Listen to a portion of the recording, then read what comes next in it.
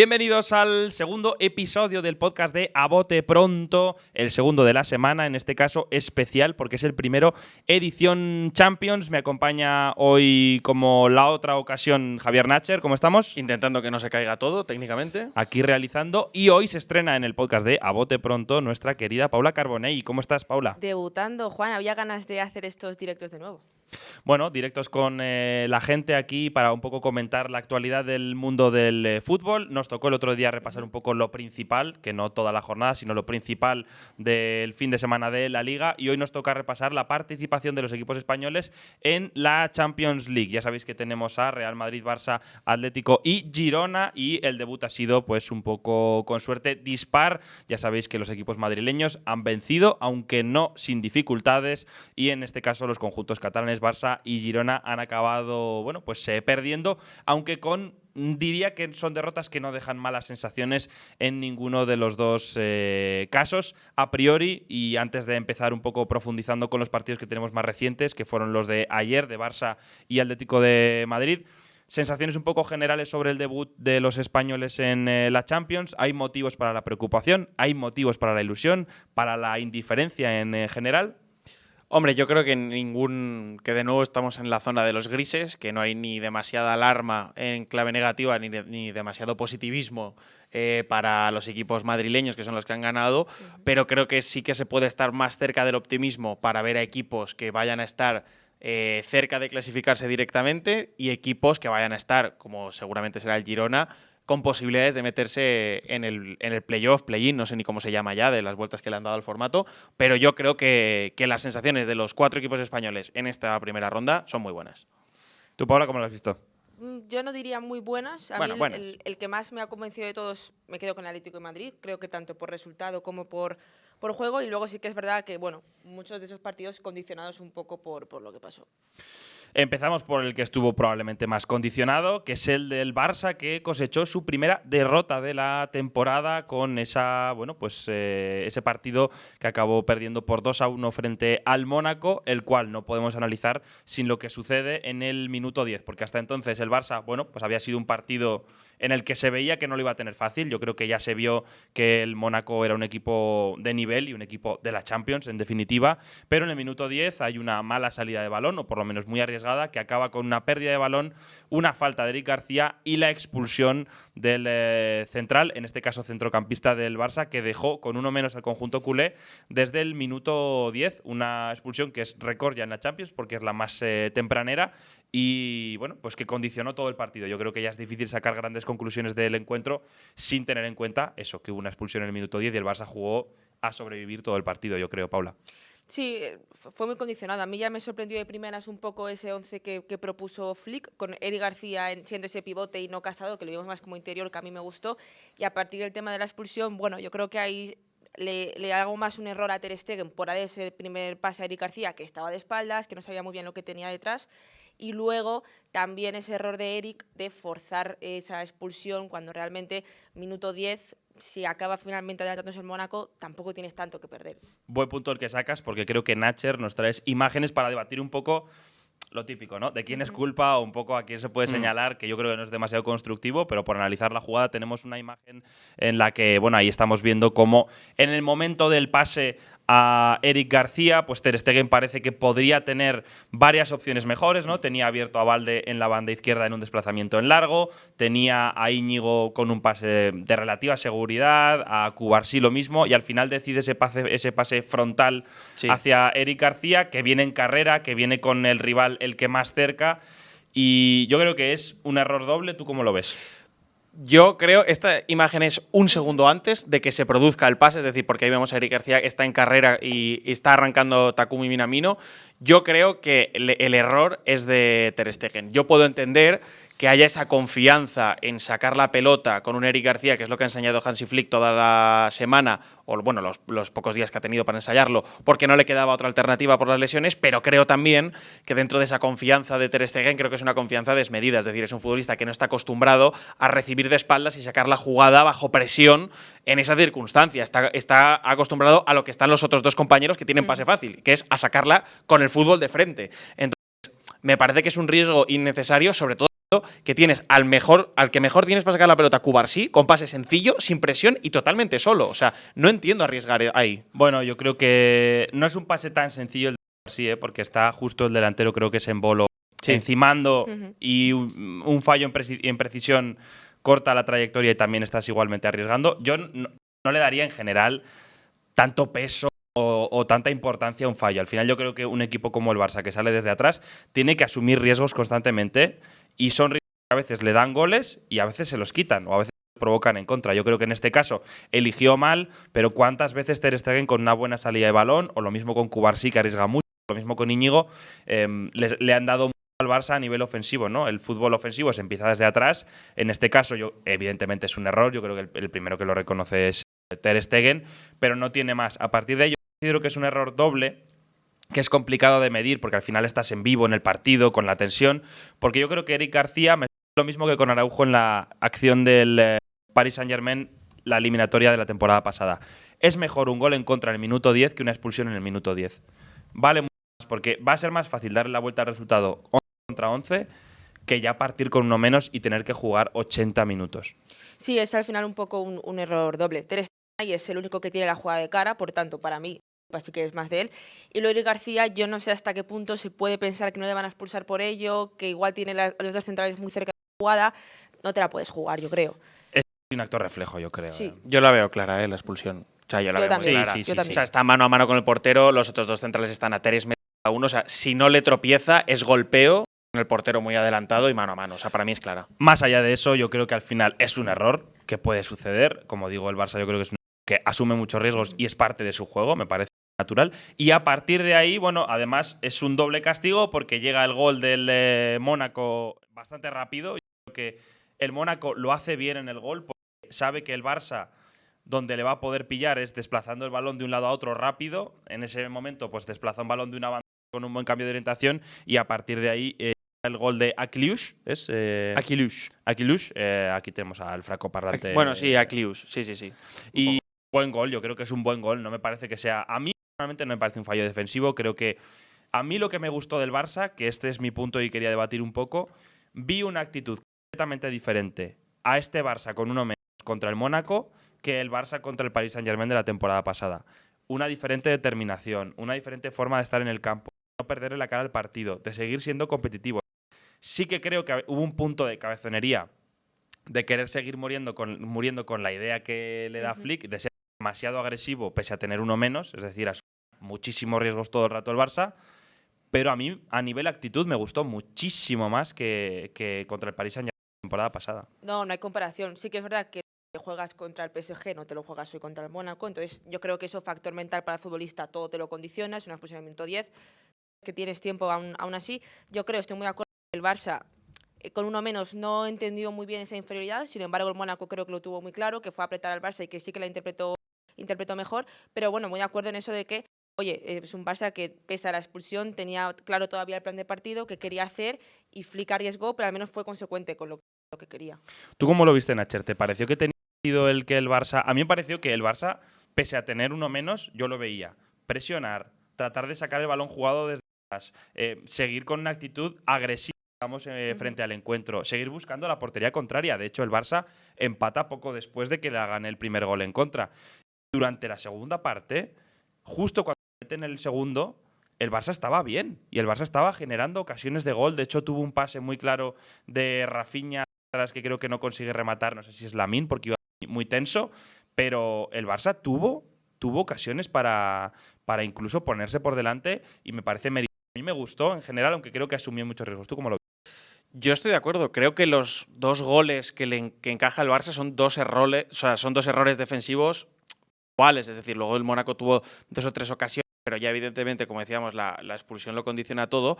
Y creo que el Barça estuvo bien. Creo que a partir del descanso Flick reordena el equipo, se pone 4-4-1 y creo que más sentido ahí el Barça. Es verdad que un poco más achicado, evidentemente, pero creo que los primeros 15 minutos no le vi demasiado sentido a ir a los dos equipos presionar arriba y los dos equipos un poco como a tumba abierta, ¿no? Dije, hombre, igual en el intercambio de golpes debería ganar el Barça, pero claro, una vez la expulsión te llega, me pareció un poco… De hecho, el primer del Mónaco, el primero, me parece que llega precisamente porque el Barça está totalmente aturdido todavía de esa acción, que está un poco con los fantasmas del pasado en la Champions y le llega un gol que normalmente no te tiene que llegar. Es un futbolista que entra solo en carrera, en conducción, hay 4 futbolistas delante y tal. Entonces yo creo que el segundo gol llega un poco Bueno, también… pero me parece… Yo el primer gol un poco en desacuerdo porque al final Akliouche llega como en carrera con un cambio de orientación previo, toda la defensa fuera de sitio, Valde corriendo hacia atrás, los centrocampistas corriendo hacia atrás y al final tiene la ventaja un buen delantero, que al final es un buen delantero. El gol es un golazo, a mí me parece no, es un golazo, muy buen gol. golazo. O sea, creo que es muy difícil de defender. Vas corriendo hacia atrás y fuera de posición, entonces me parece que el Mónaco lo hizo bien. De hecho, yo no entendí la segunda parte del Mónaco hasta el segundo gol, porque el Mónaco no fue a buscar agresivo al Barça cuando tenía uno más. Y de hecho, el Mónaco mejora cuando mete 2 delanteros y de repente va a buscar más decididamente al Barça a campo contrario, sabiendo que tiene uno más. Me parece que el Mónaco estaba arriesgando poco y no estaba haciendo muy bien el partido que estaba jugando. Estabas diciendo tú. Lo que pasa es que me parece que ahí el Mónaco entiende muy bien en el segundo gol el recurso del largo, que precisamente lo había explotado el Barça cuando se con uno menos. Y entonces ahí encuentra yo creo que es un doble error de la defensa. Primero Cubarsí sale a donde igual quería salir e Íñigo se queda clavado. Entonces, si falla Cubarsí estás vendido porque no hay fuera de juego y se queda mano a mano. Es un doble error de la defensa que no se coordina. Es decir, si sales, sal con todo y fuerza al fuera de juego. Si no sales, quédate anclado, juégate el 2 para 1, que es en lo que… Es una jugada muy difícil de defender, porque un delantero hace el movimiento hacia adelante arrastrando a Cubarsí y otro hace el movimiento hacia justo a la vez, cuando eran 2 centrales que estaban acostumbrados durante todo el partido a solo defender a un delantero. Me parece que es un ajuste complicado. Yo, y habrá aquí un poco, sí que esperaba más el segundo gol de Ter Stegen. Creo que tiene tiempo suficiente como para intentar salir, hacer un poco ¿no? lo que hace Courtois en el Madrid, hacerse grande, achicar espacios. Pero es que le fusilan, ¿eh? Ya, pero… Veo muy negativos, yo no estoy nada de acuerdo. Pero no, yo sí que creo que ahí Ter Stegen puede hacer un poco más. Al final es lo que… O sea, es un 1-1 y es muy difícil pararlo, pero… Pero es que yo, por ejemplo, me llego a hablar de errores como con peso y tal cuando estás jugando con uno menos. Yo creo que un análisis de un partido a 90 minutos en el que te expulsan a un centrocampista, a tu pivote, en el minuto 10, hay que hacerlo muy ligero, muy con pinzas, en el sentido de que haces lo que puedes. Estás sobreviviendo. Al final, oye, te han expulsado a un tío y estás jugando 80 minutos en inferioridad, con lo que eso implica a nivel físico. Sí, a mí me parece meritorio aún así con uno menos el partido que ha hecho el Barça, pero al final te han expulsado a uno menos y si te han expulsado es que has cometido. Quiero decir, todos son condicionantes del partido. Las sensaciones no son negativas, ni mucho menos. A mí me gusta aún así el Barcelona que vimos, pero sí que es verdad que Ter Stegen no creo que fuese su mejor partido, que tampoco estemos viendo su mejor rendimiento y yo sí que esperaba un poco más, al menos de lo que se le espera a él. Yo estoy de acuerdo con Paula, me parece más una ciaga de Ter Stegen que una noche mala del Barça. Yo estoy bastante de acuerdo con eso. O sea, a mí el Barça no me disgusta. La de Aciaga, no sé. Hombre, un error que provocó una expulsión. Para mí el segundo estoy muy de acuerdo con Paula. Me parece que el balón le va a él y se tumba. O sea, el balón le va al centro. Vale que está muy cerca. Tiene que intentar adivinar hacia dónde va a ir el disparo y va muy duro. O sea, yo creo que en la repe no le hace justicia, le fusilan. Yo no estoy de acuerdo. De hecho, el jugador del Mónaco se queda clavado pensando que le ha fallado. Cuando le rebota a Ter Stegen es cuando yo le estuve viendo bastante y yo estoy de acuerdo con Pablo. Me parecen 2 errores de Ter Stegen, no mayúsculos, es decir, no me parecen 2 súper cantadas, como por ejemplo me puede parecer la de Gazzaniga, pero sí que me parece que es una mala noche de Ter Stegen, que no fue decisivo y en Europa pues te puede pasar esto, que en un 2-1 que fue resultado, no fue un resultado súper abultado, pues condiciona todo el partido, más allá evidentemente de la expulsión, que es el principal error del Barça ayer.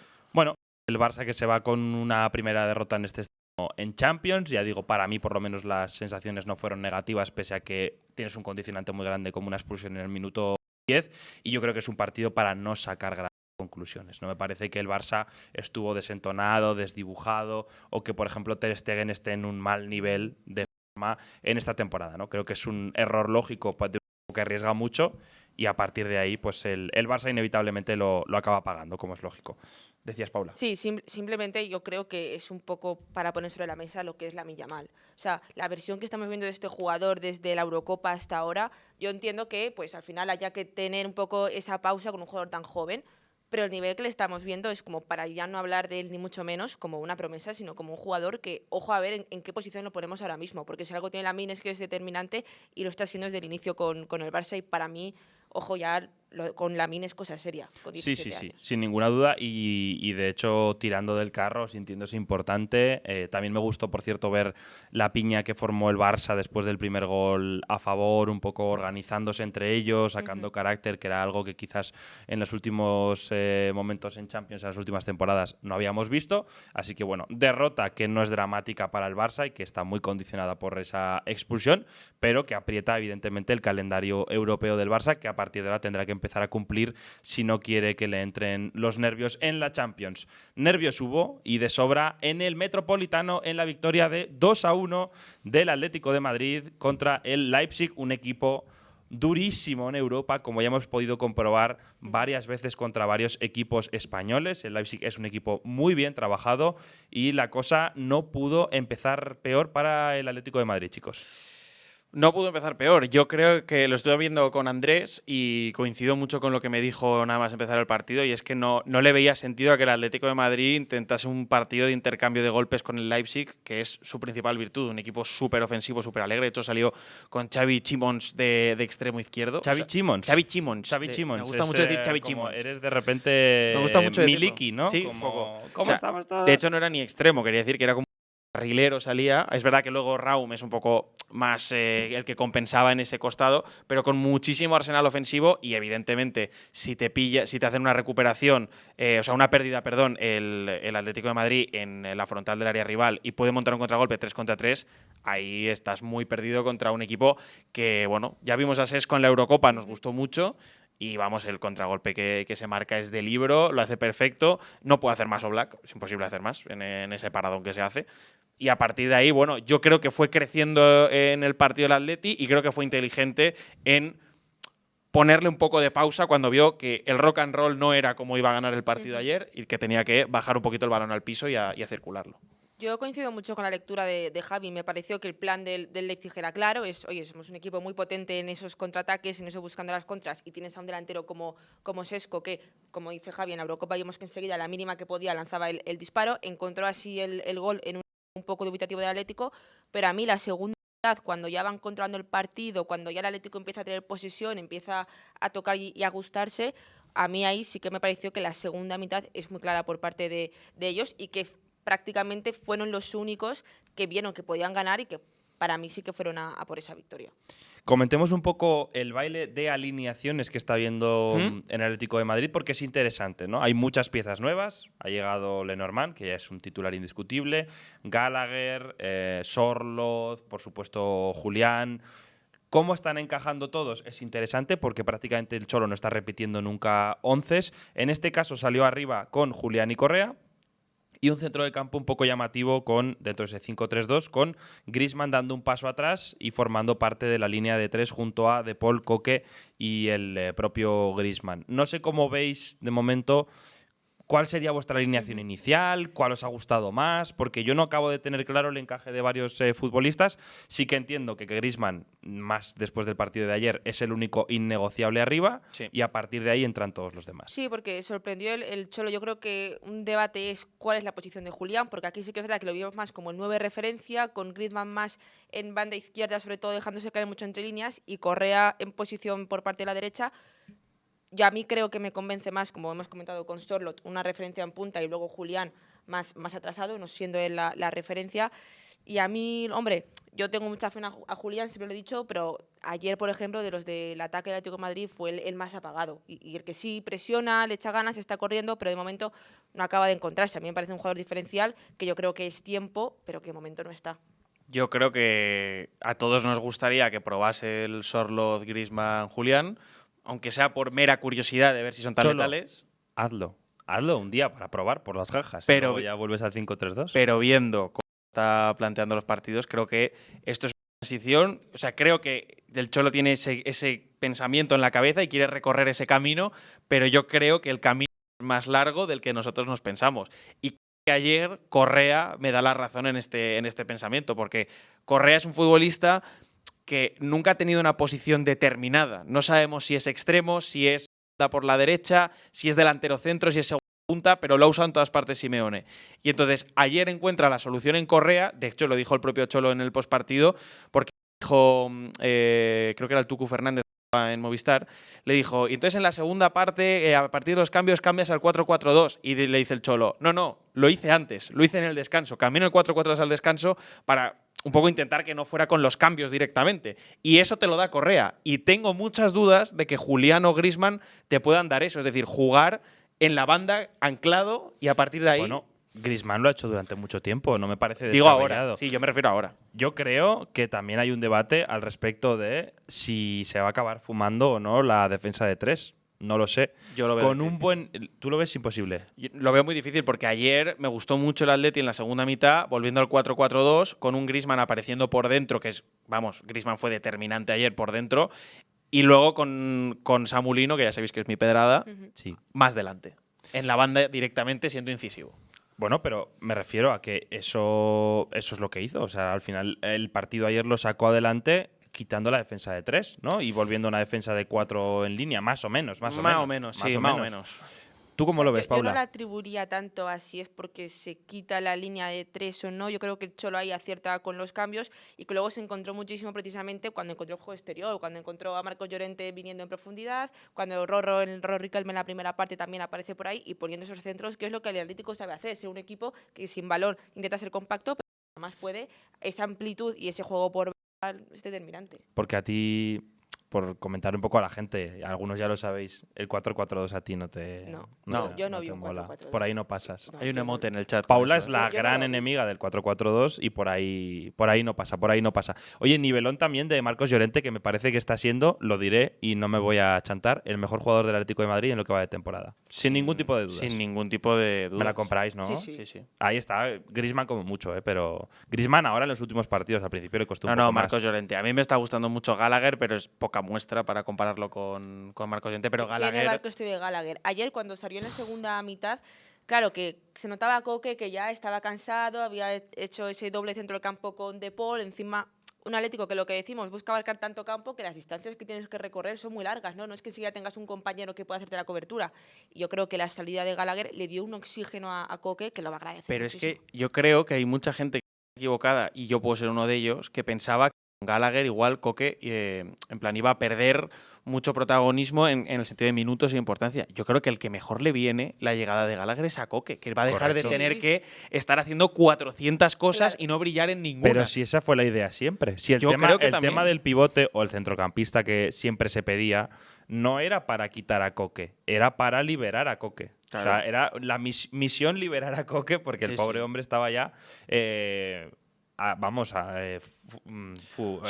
cansadísimo a nivel físico, me refiero. Y de hecho, si te ves los datos, Coque parece que no, pero siempre es uno de los futbolistas del Atlético de Madrid que más kilómetros recorre en cada Sí, sí, sí, partido. sí. Tiene un recorrido brutal. Entonces, alguien que le libere de eso, tanto en la necesidad de pisar área contraria como en la necesidad de correr hacia atrás, pues es increíble. Y vamos, insisto, el Pitbull ha caído de pie. Sí. Lo que veo difícil es que quite tan rápido a De Paul. De Paul es que es una de cal y una de arena. Te hace un partidazo y luego te hace uno que dices, vaya tela, Rodrigo De Paul. Entonces, lo que pasa es que tiene mucha sintonía con el Cholo.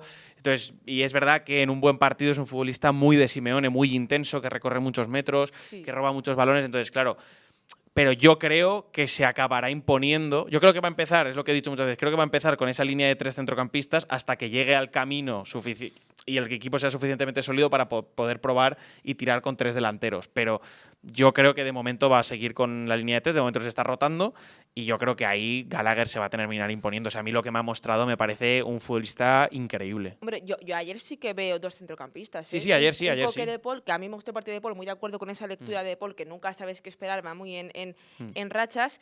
Yo también creo que el Cholo lo que sabe es que tiene mucha opción para poder rotar y que eso es lo que Por va fin. a ir haciendo. Se ha lesionado además Pablo Barrios, que empezó la temporada muy de pie, que digo, espérate, porque yo creo que a Pablo Barrios aquí no lo mueven en el 11 y se ha lesionado. A partir de ahí, pues no lo sé.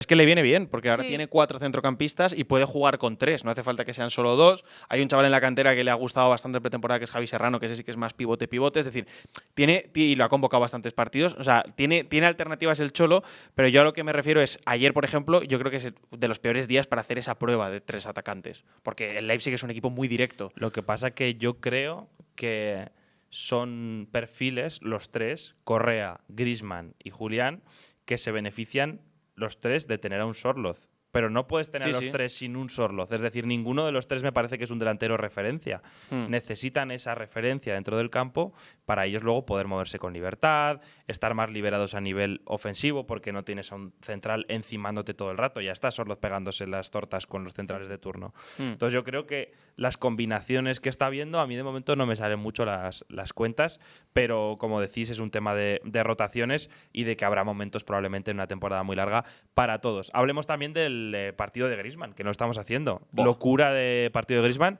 que se echa el equipo a la espalda y lo saca él. Prácticamente el primer gol es una locura. Sí, no. Y es que cuando Griezmann brilla, todo el juego del Atlético funciona y sale adelante. Lo vimos además con esa libertad, haciendo muchas veces como de un interior, luego bajando entre líneas, sobre todo cuando no salían las soluciones. Y es un futbolista, oye, que te da eso. Igual no necesita estar en área finalizando jugadas. Puedes simplemente pasar el balón a Griezmann y que él te pueda dar ese último pase. Y es un poco lo que vimos ayer. Gol y asistencia con la derecha, ¿eh? Es increíble. Y vaya gol y que te vaya da asistencia mucho con la recurso. derecha. El gol es muy difícil. Es verdad que está solo sin marca, pero es muy difícil. Bueno, es la que, muy difícil. es la que falló Sorloz con su pierna buena hace 3 días. Sí, En el mismo área y, Correcto. y en el mismo estadio. afirmativo. Es así. O sea, el Cholo se acuerda. Sí, sí, El Cholo sí. se acuerda de la que falló Sorloz y Sorloz también. No está teniendo mucha puntería, insisto, el chico, pero bueno, no pasa nada. Se le caerán los goles. Y luego otro nombre a mencionar es el tema de Jiménez, que fue al final el héroe del partido con ese gol en el 91 y que es un futbolista que, como decíamos con De Paul, no tanto por rendimiento en este caso, sino por las lesiones y por el tema de salud, ojalá esté sano, porque una buena defensa del Atlético de Madrid pasa por él. Sí, es que es determinante. La temporada pasada ya se le notaron esos problemas físicos, que no estaban muchos problemas ahí por parte del Atlético. Si Jiménez está, vemos a un Lenormand, que a mí me está convenciendo muchísimo también cómo está rindiendo ya. Fichaje top, Sí. top. Tiene ahí dos piezas y dos centrales el Atlético, que ojo porque te marcan la diferencia. Y a mí esta versión de Jiménez, que me gusta además su partido por ese carácter, ese liderazgo, luego que es un central que también en conceptos tácticos a mí me gusta mucho y cómo usa el cuerpo, es diferencial ahí. Yo es que en las previas que hicimos de la temporada lo estuvimos diciendo que lo poníamos de titular, pero claro, con el asterisco de que se mantenga sano, porque si no, el Atlético de Madrid pierde muchísimo en defensas. Ha jugado muchos minutos Azpilicueta en este primer tramo de la temporada. Y yo creo que ha sido un Que, poco. por cierto, perdona que te interrumpa, alucinante lo de Azpilicueta, Sí, sí. equipo al que va, equipo en el que cuenta siempre. Sí. Con 20.000 años que tiene ya el hombre. Por y pierna. es un soldado del entrenador Increíble. que le toque. O sea, todos le ponen, lo cual me dice que tendrá que entrenar como un auténtico animal. Seguro, 100%, 100%. Y yo creo que pasaba un poco por ahí, por dosificar la vuelta de Jiménez y que volviese bien. Ayer, gran partido de Jiménez. Y claro, pues sí, pero yo sigo sin creerme al 100% que la versión de Jiménez de ayer sea la de toda la temporada. Están diciendo por el chat, por ejemplo, que se va a poder ver beneficiado de no tener al profe Ortega detrás con la preparación militar. Bueno, es verdad que parece que el Atlético de Madrid ha dado un salto en la preparación física esta temporada. Vamos a ver, porque llevamos muy poca muestra. Vamos a ver. Esto se está hablando mucho, tanto con el Barça Esa como es. con el Atlético de Madrid. Las preparaciones físicas, las bien hechas, se ven en febrero. Correcto. Porque de nada me sirve que toda la plantilla llegue en su pico de forma a octubre, donde no me juego nada. Y Correcto. que luego lleguen a marzo y estén fundidos. Sí, pero bueno, sí que es verdad que Sano es el mejor central que tiene el Atlético de Madrid, junto a un Lenormand que ha arrancado como una auténtica bestia. Pero claro, si tienes a Lenormand y a Jiménez, ahí sí que, por ejemplo, te puedes plantear la línea de 4. Más, por cierto, que se está recuperando para la causa a un Reinildo que el año pasado prácticamente no contó. Porque, Sí. Y lo poco que contó la lió a tope, creo que fue en Copa, ¿no? Contra el Sí, Atleti, sí. que metió el patado en aquel histórico. y bueno, se está recuperando un Reinildo que se nos olvida que en su momento, oye, Sí, Reinildo sí. fue bastante importante para el Atlético de Madrid. Como importante fue, y aquí llegamos al momento que yo estaba esperando personalmente, y seguramente Vale. también muchos, que fue el debut del Girona de Mitchell en la Champions. Debut histórico para el conjunto catalán, un día que se estaba esperando con muchísimas ganas y que yo, la verdad que desde el terreno neutral, porque evidentemente no soy del Girona, ni tengo nada que ver con el club, me hizo mucha ilusión, no solo por la afición del Girona, sino también por Mitchell, que creo que es un tipo que se ha ido labrando ese camino y que como futbolista probablemente se vio muy lejos de jugar la Champions, pese a que era un buen jugador. Y como entrenador es un tío que se ha currado desde la segunda división y desde varias experiencias fallidas el llegar hasta donde está. Le veíamos la ilusión de, como lo comentaba la temporada pasada, que soñaba con esas grandes noches en Anfield y en grandes estadios. Tuvo El Girona con pues ese debut en el Parque de los Príncipes frente al Paris Saint-Germain. No podía ser más difícil el arranque. Mitchell cumplió con su promesa de otorgar la oportunidad a Stuani de lucir el brazalete de capitán. ¿Qué os pareció el debut del Girona en Champions? Un poco agridulce, la verdad. Yo tenía un poquito más de hype, esperaba menos del PSG, también lo tengo que decir, que me parece que hizo un buen partido el equipo de Luis Enrique, que le faltó la puntería, como no viene siendo, digamos, mucha noticia. De hecho, leía una estadística en Opta que en los últimos 3 partidos de Champions del PSG tenía unos expected goals de 7. O sea, que es increíble. Es increíble. O sea, Os doy un dato. Ojo. Kolo Muani costó 95 millones de euros. Bueno, Kolo Muani, no sé cuánto también. Kolo Muani, lo he hablado muchas veces con Andrés, me parece la mejor transferencia de la historia del fútbol. Correcto. 0 euros del Nantes al Eintracht de Frankfurt, una temporada después, 100 millones limpios. Me parece histórico. Gonzalo Ramos costó 65 millones de euros. Me parece absolutamente histórico. Podría seguir así todo el día. Dicho lo cual, me sorprendió mucho la titularidad de Van de Beek. La verdad, la de Mitchell, bueno, se la había prometido pero la de Stuani se la había prometido Mitchell. Muchísimo. O sea, Van de Beek no ha jugado en Liga prácticamente nada. Y eso que ha metido un gol, pero no ha jugado nada. Yo no sé si era un poco, entre comillas, dar por perdido el partido. No, hombre.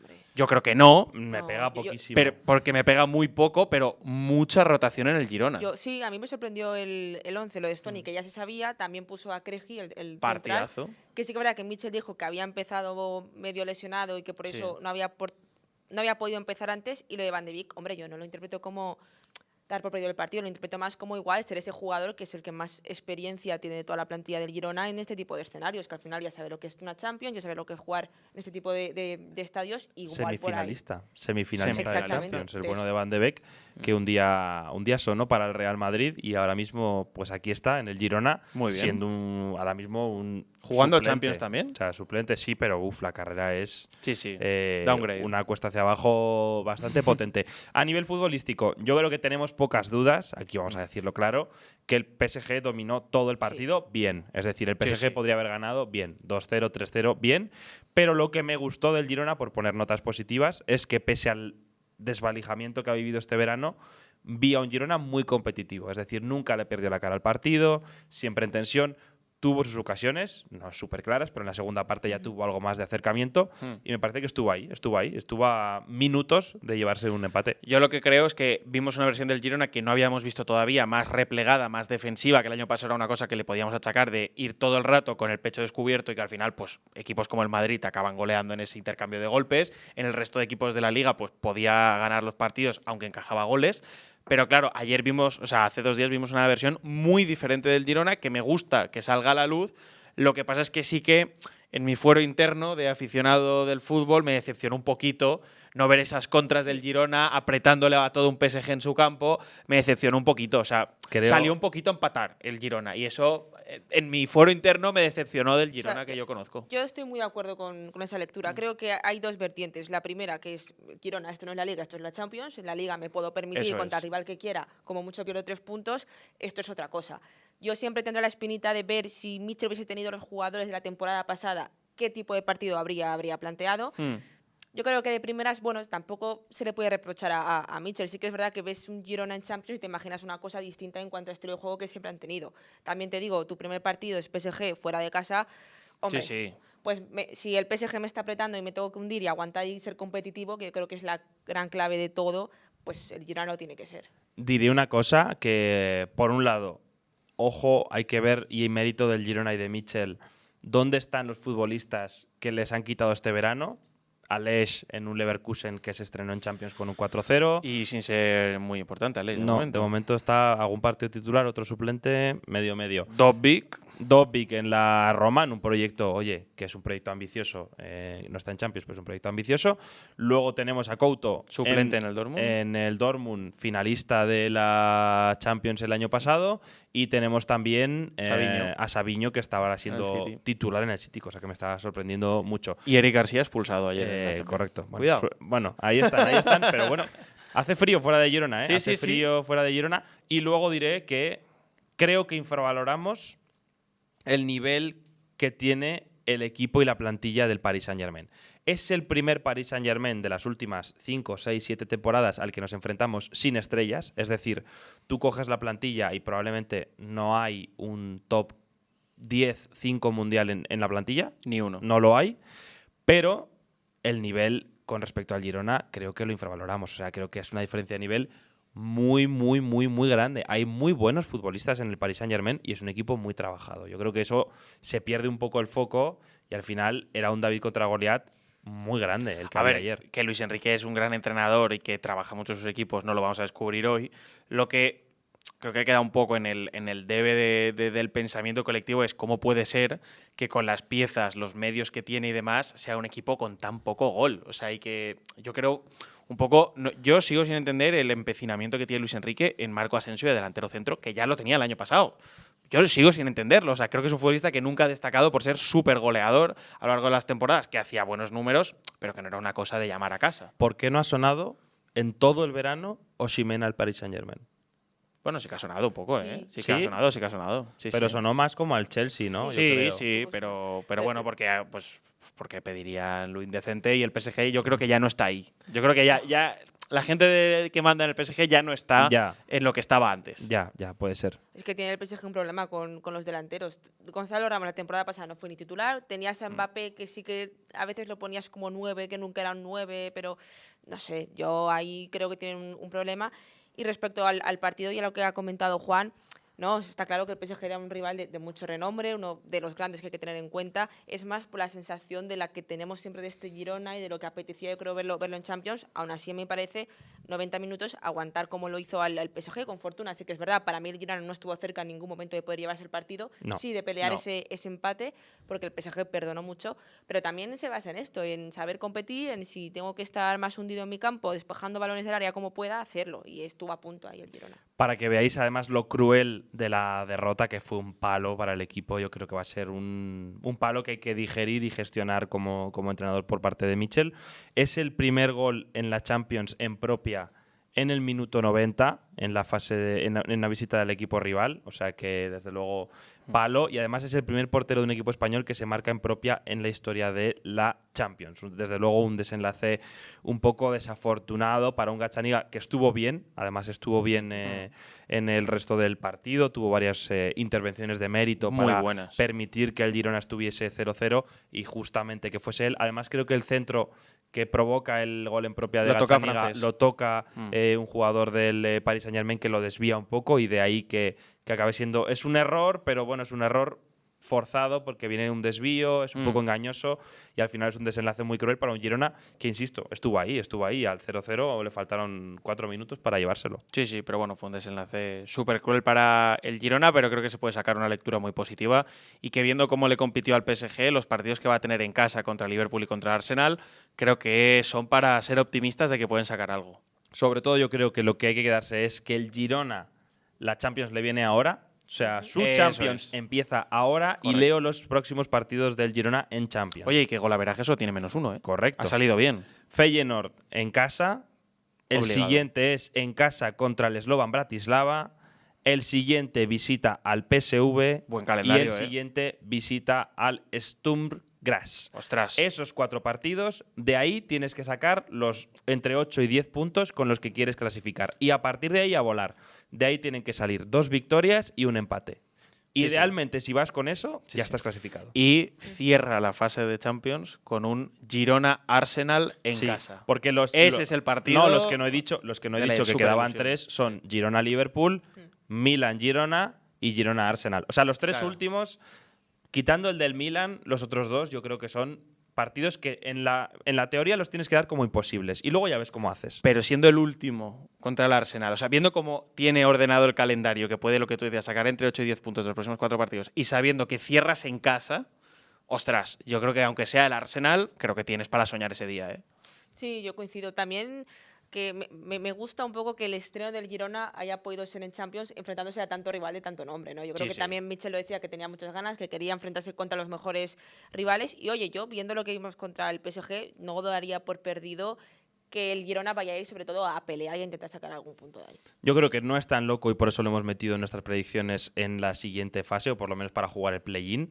es el Girona perfectamente capaz, con el nivel que está mostrando en este arranque de temporada, de clasificarse a la siguiente ronda, o por lo menos a ese playoff previo. Y cerramos el repaso de la jornada de la Champions con otra victoria, en este caso del Real Madrid en casa, frente a, hay que decir, un buen y sorprendente Stuttgart, que le dio bastante pelea y que fue un equipo que le puso las cosas complicadas. De nuevo el Real Madrid, nos quedamos con esta sensación de gana, y gana bien, pero con un juego que no termina de convencer, no acaban de encajar de momento las piezas.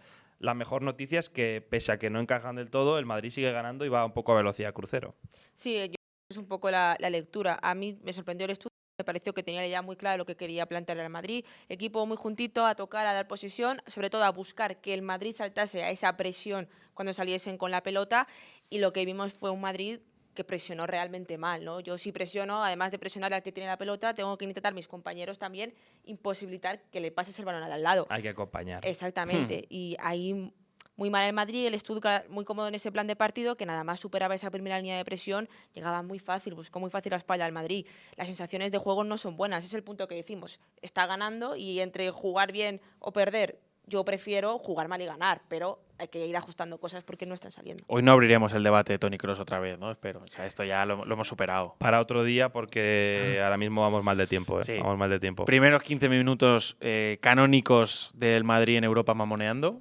No fallan. El Torrijator disparado. Una torrija. Yo puse un tweet que dije que la torrija con la que ha salido el Real Madrid los primeros 15 minutos es de campeonato, con lo cual pienso que va a terminar ganando la Champions otra vez. O sea, literalmente es el pensamiento que me vino a la cabeza. Está todo preparado. Correcto. Está todo preparado. Dicho lo cual, creo que luego sí que creció en el partido el Real Madrid. Creo que Tchouaméni empezó a sacar bien la pelota desde atrás, empezó bien en la distribución, tuvo bastante protagonismo, pero me sigue pareciendo un futbolista de luces y sombras. Es decir, dentro de que estaba creciendo y haciendo un gran partido, de repente en la segunda parte, cuando mejor estaba el Madrid, se juega una conducción absolutamente absurda que acaba en una pérdida y una contra del Leipzig, que digo, o sea, del Stuttgart, que digo, ¿qué haces rodeado de tres futbolistas intentando eso? Es que es muy joven todavía. Yo creo que tiene que aprender a ser ese metrónomo infalible y con cero fallos. ¿Recordáis que había unas declaraciones de Xavi hablando de que él se ponía como reto no fallar ningún pase en los partidos y tal? Yo creo que tiene que llegar a ese punto, pero ahora de momento a veces se le ven cosas un poco de inmadurez, pero por ejemplo a mí ayer me gustó y de hecho… Ayer, en esta jornada me gustó y de hecho, por ejemplo, el pase que da en el primer gol del Real Madrid puede parecer en la repe un fallo del defensa, pero es imposible de defender porque tal y como va con el efecto es un pase brutal. Sí, yo es que hasta que le empatan al Madrid me parecía que estaba haciendo un gran partido Tchouaméni. Me parecía que estaba haciendo un gran partido, lo que pasa es que luego se vino abajo con ese error que posteriormente le cuesta el gol al Madrid. Y bueno, pues acaba siendo sustituido. Es que es un poco el balance de al final, si hasta tu entrenador te lo acaba viendo. Yo mi sensación con Tchouaméni coincido de esas luces y sombras, pero no sé hasta qué punto el Madrid le va a esperar más, tal y como está el Madrid en este punto. Estoy muy de acuerdo con Paula. El Madrid no está en un momento de… Quiero decir, tuvo la temporada pasada, tiene sus oportunidades, me parece muy buen jugador Tchouaméni, pero no sé si es justo eso que el Madrid quiere, eso que el Madrid espera. Y es un debate encima de la mesa que con la salida de Kroos hay que ver. Yo creo que el Madrid no me gustó, que me gustaron sobre todo un hombre como Rodrigo, muy cuestionado, pero creo que de muchos momentos del partido es él el que se lleva el equipo hacia adelante. También me gustó Bellingham cuando apareció, se notó que era ese jugador que sabía dar un sentido distinto a las posesiones del Madrid, porque más allá de eso el Madrid fue muy, muy plano. Y a mí lo que me sigue sorprendiendo es la falta de movilidad que hay entre los Rodrigo y sobre todo Vinicius y Mbappé. Algo que destacamos tanto la pasada temporada. Ahí en ataque me parece muy plano. Vinicius no se acaba de encontrar. Mbappé parte como 9, pero está más cómodo en izquierda, que es cuando más daño hace. Me falta más cosas ahí arriba que no estamos viendo de Madrid. De hecho, dicen en el chat, para cerrarlo de Tchouaméni, es joven, pero tiene 24, no 20. Es verdad. O sea, y lleva ya 2 temporadas en el Real Madrid, completas. Es decir, yo estoy más cerca de la opinión de Paula que de la tuya, Juan. Creo que con Tchouaméni paciencia se ha tenido. Paciencia se ha tenido y sigue sin romper el cascarón que se esperaba cuando pagas 80 más 20, que se van a cumplir los 20, o sea, va a ser un pivote de 100 millones.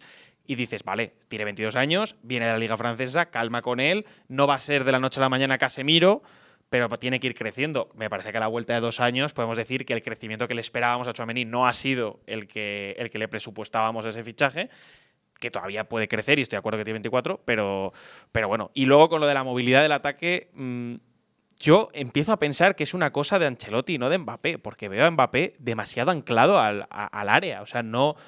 Cuando es un futbolista que no va en su naturaleza, y lo hemos hablado muchas veces, que es un futbolista que es delantero, pero parte siempre de la izquierda, que no es extremo como Vinicius pegado a la línea de cal, que es delantero y parte desde la izquierda.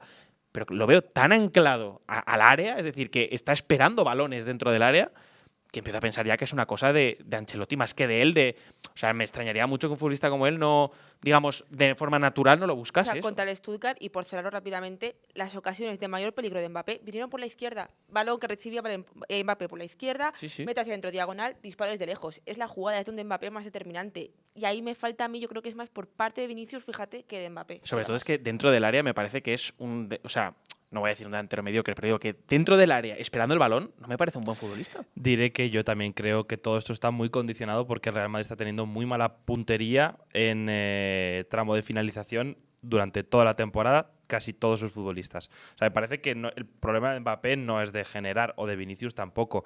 El año pasado tampoco era que Vinicius tuviera 7 por partido. Lo que pasa es que era muy clínico en la finalización, sobre todo en Champions. No, ha bajado con, mucho. Y con Mbappé lo mismo. O sea, me parece que tú miras, alguien que no viese el partido, tú miras el repaso de los highlights típico de 3 minutos y el Madrid tiene ocasiones de sobras para sacar el partido adelante con más tranquilidad. Lo que pasa es que me parece que está siendo menos clínico. E insisto en una cosa que ya dije en el podcast del lunes. El Real Madrid, el año pasado, con el temporadón que hizo, nunca fue un equipo fantasía de una fluidez en el juego loca y tal. Era un equipo que cargaba mucho y muy contundente en defensa. Era más fluido en ataque de lo que estamos viendo hasta ahora, pero tampoco era, yo creo que un vendaval. Por comentar una cosita sobre el Madrid también, y cerramos, y vamos ya a la sección del barro, a la del debate, hablemos de Courtois. ¿Qué pasa con Courtois? El nivel al que ha vuelto después de una lesión de esa gravedad no tiene ningún sentido. Ningún sentido. No tiene nombre. Como ha vuelto el nivel que tiene. Ostras, qué pena, muchas veces lo pienso, que en el fútbol no se valore tanto. Sabemos que son premios individuales, que no es lo que es, pero que no se valore tanto la figura de un portero, porque ¿qué más le puedes pedir a un portero que lo que te hace Courtois? Es que me parece determinante, influyente, salva partidos, salva puntos. La que tiene en la primera mitad, una que saca, que me parece clave, y con Courtois es que hay pocas cosas ya que no se digan. Me pareció un comentario en el que cada vez estoy más, el de Cañizares en el postpartido, que dijo que Courtois era el Messi o Maradona de la portería de la historia del fútbol. Hay y un debate. cada vez estoy más ahí. Mis ojos vieron debate. al prime de Casillas y pensaban que no iban a ver nada igual. Pero, ostras, empiezo a pensar que la nostalgia y los ojos con los que miraba a Casillas por lo que consiguió con la selección no me dejan ver objetivamente lo que está siendo Courtois, porque nos hemos acostumbrado a que Courtois haga lo imposible y sea un poco la exigencia de Courtois y siempre la esté cumpliendo. Y luego un debate que habría el otro día en Twitter, mucho se habla de los 25 millones que pagó el Real Madrid por Toni Kroos y muy poco se hablan de los 35 que pagó el Real Madrid por Courtois, ¿eh? O sea, eso es otro robo del siglo. Sí, no, Courtois es una cosa escandalosa y un portero del que seguro se va a debatir mucho una vez se retire sobre si es el mejor de la historia. Sin ningún tipo de duda, yo creo que va a estar ahí en ese debate. Dicho lo cual, y repasada ya la jornada de Champions, que por cierto concluye con una clasificación que, pues, bueno, de momento tiene poco de definitivo. De los equipos españoles están todos dentro, menos el Girona, que se queda fuera del play-in, pero es algo que seguramente cambiará. Ninguno de momento, por cierto, entre los 8 primeros, ni siquiera el Real Madrid, que está justo Correcto. noveno después de la primera jornada. Vamos ahora sí con la sección de El Debate, la sección del barro. Sección de debate, ya sabéis que cada semana proponemos un temita. El otro día propuse yo el debatir sobre el formato de la Champions y opinar sobre qué nos parecía. Aquí la cuestión es mojarse y dar nuestra opinión. Iremos trayendo cada uno de nosotros. Nos podéis contar en comentarios, en el chat, temas sobre los que os gustaría que debatiésemos.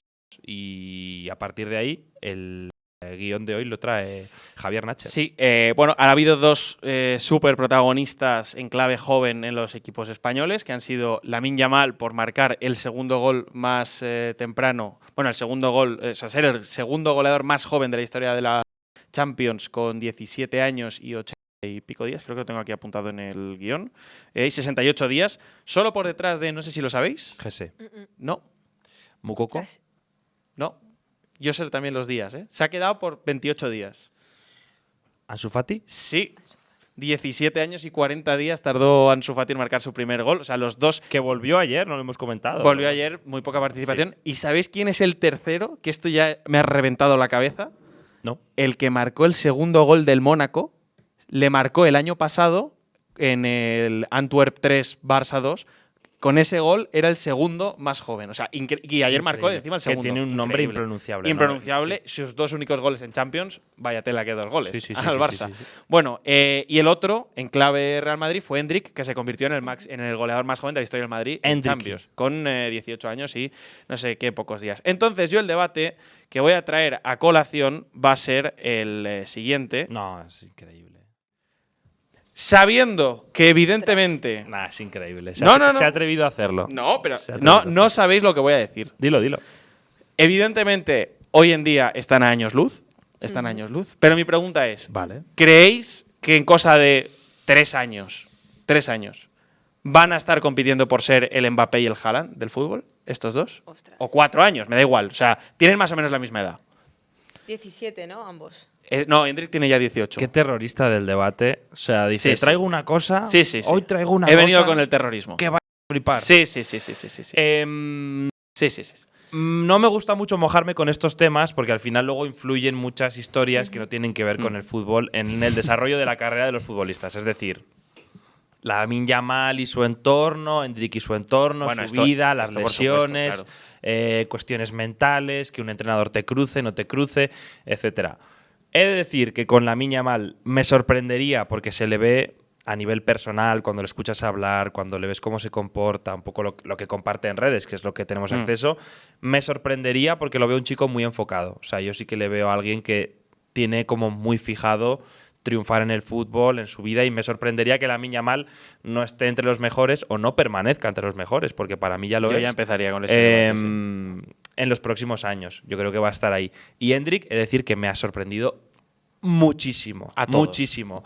Yo era un futbolista que ya nos lo dijo Fer Evangelio, que vino la temporada pasada a bote pronto y nos dijo: ojo a este chico, que yo conozco gente en Brasil y todo el mundo que habla de él, lo que yo le he visto y tal, todo el mundo es una locura, tal, que es un chico que tiene casi la flor, como que está bendecido, y me está sorprendiendo mucho, sobre todo su actitud. O sea, ayer el gol que mete, tener a la izquierda Mbappé, a la derecha Vinicius y decir, no, esta me la fumo yo desde la frontal del área, es la determinación que te hace ser un gran futbolista. Le veo menos capacidades técnicas que Lamine Yamal, o sea, pero Sí. años luz. Sí. Pero tiene un nivel de determinación que al final todos los grandes, si repasas, pues tienen eso. Sí, creo que fue Valdano que dijo que Endrick tenía ese aura y lo cierto es que lo tiene. También te digo, claro, yo soy Endrick, tengo a mi izquierda uno, a mi derecha otro, al final toma la peor decisión que puede hacer, ¿no? Que es la de disparar desde fuera del área. El chut tampoco le sale muy allá, pero bueno, acaba en gol, que es lo importante, y que yo coincido, lo poco que le he visto, ostras, está siendo muy influyente.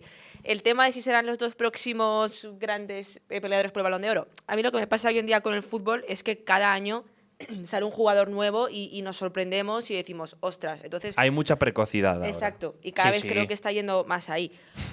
Yo el que sí que veo que por edad que tiene y por impacto inmediato ahora mismo es lo de Lamine. A mí sí que me parece, ojo, porque lo de este jugador con 17 años está por ver. Coincido con Juan, la cenada hablábamos de Ansu Fati y luego mira lo que pasa, estas cosas nunca se saben y siempre Sí, hombre, están. hablo evidentemente Pero, sin sí, tema sí. de lesiones y entorno, Pero digo por condiciones y futbolísticamente. lo Hay Claro. que decir que el último debate que se tenía, que era si Haaland y Mbappé iban a ser los herederos de tal, se está cumpliendo. Se está cumpliendo. Sí, sí. Es decir, Sí. los dos son buenísimos y ahora mismo probablemente los mejores futbolistas del planeta. Sí. Estarán ahí. Sí.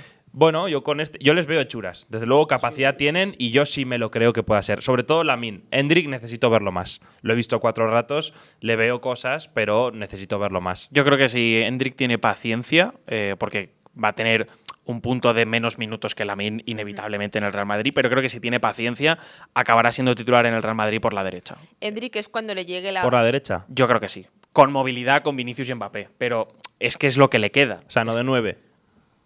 ¿Mbappé por la derecha? o Vinicius por la derecha. Es que este es el tema. Él es delantero y es zurdo y tiene un cañón en la pierna. Yo no he visto un golpeo tan potente desde hace mucho tiempo. O sea, es increíble. Sí. El gol que le marcó al Valladolid con la pierna mala es tremendo. O sea, Bueno, es tremendo. solo por detrás de Fede Valverde. Que Pero- Fede Valverde, Pero digo de cuidado, potencia, o sea, de Sí, cómo sí. sale el balón. O sea, que, No, lo que es pasa una que polla él, seca que va plana. por o sea, su tren inferior necesita muy poco espacio para armar el disparo. Eso es sí que increíble. verdad, eso sí que Entonces, es verdad. yo creo que acabará siendo titular en el Madrid si tiene paciencia, porque yo siempre he defendido que la marcha de Rodrigo del Real Madrid es más temprana que tarde. Y creo que ahí es donde él va a tener su oportunidad. Pero tiene que ser paciente y, como decías, el tema de los entornos, que no estén todo el rato filtrando cosas, moviéndole la cabeza de que él debería jugar más y demás. Creo que es clave. Y creo que el punto de Lamine, o sea, el gol que marca ayer. O sea, el gol que marca ayer es de delantero de 28 años que lo tiene todo claro en la vida. Ese movimiento con el cuerpo para chocarlo justo para tal, dos toques y para adentro cruzada. O sea, es un gol de absoluto genio. Para mí lo que va a diferenciar lo de Endrick es cuando le pase lo que Lamine tenga la oportunidad de estar 90 minutos siendo titular en un club como el Madrid y Eso tenga es. esa regularidad. En ese momento Lamine sí que está ahí. A partir de Que ahora… es verdad que ahora muy todo le va de bueno cara a Endrick, ¿eh? Le va todo Sí, de sí. cara, sale los A 5 los dos, minutitos. a los Claro, dos, a los sí, dos. pero puede tener más presión Lamine ahora mismo. Lo clave será estar en un Real Madrid español y que ahí Eso cada es. 90 minutos en una semana sea determinante. Pero a la pregunta, yo diré que sí, no me extrañaría que estuviesen ahí en un grupito 5 de años, sí, 5 años. selectos, entre los cuales habría a ver a quién metemos. Igual está también ahí algún conocido de la liga, un Sabiño, un Nico Williams, yo A qué mí sé, el ya que me veremos. apasiona es Arda Güler. Yo tengo mucha fe Sí, con sí. me encanta Arda Güler. Pero ¿le ves ese techo? No le veo ese techo porque hablamos de techos muy altos, pero yo le veo muchas cosas a ese jugador. Yo quiero traer, para cerrar el debate, 2 comentarios a colación. Vale. ¿Quién se parece más a Bobby Charlton? Absolutamente ninguno, la verdad. Absolutamente pero ninguno. Absolutamente ninguno. Si hay que quedarse con uno, Endrick porque es delantero, pero vamos. Sí. Y nos dicen, el hermano de Lamine va a ser el bueno. No, Hola, hola. ¡oh, qué molesto es esto! Esto lo llevan haciendo toda la vida. Pero no sé si sabes el doble lore de esto. No sé si has visto los vídeos del hermano de Que Lamine. es un niño de 2 años. que- No, ya, pero habéis ¿No? visto los vídeos del hermano de Lamine. No. Que es buenísimo, es Yo lo que Es decía increíblemente gracioso. yo lo que decía Sí, sí. es porque esto se han pegado muchos años diciéndolo con los Gasol. Sí. Que de repente era Pau y apareció Marc, bestialidad absoluta, los dos campeones de la NBA tal, y decían, no, y el que viene es el bueno. Por supuesto, el chaval pues era un jugador que estuvo ahí en la universidad y luego normal y corriente, ¿no? Lo de no sé quién es el bueno. Venga, hombre, a venderle el pollino ese a otro. Pues hasta aquí el podcast de Champions de A Bote Pronto. Nos vemos el lunes que viene, como siempre, en directo en Twitch y luego en diferido en todas las plataformas de audio que conocéis, iVoox, Spotify, en YouTube, por supuesto, en nuestro canal. Recordad, el podcast de A Bote Pronto, como siempre, los lunes a las 11:45 hora española en directo y luego ese mismo día en diferido. Nos vemos. Chao, chao.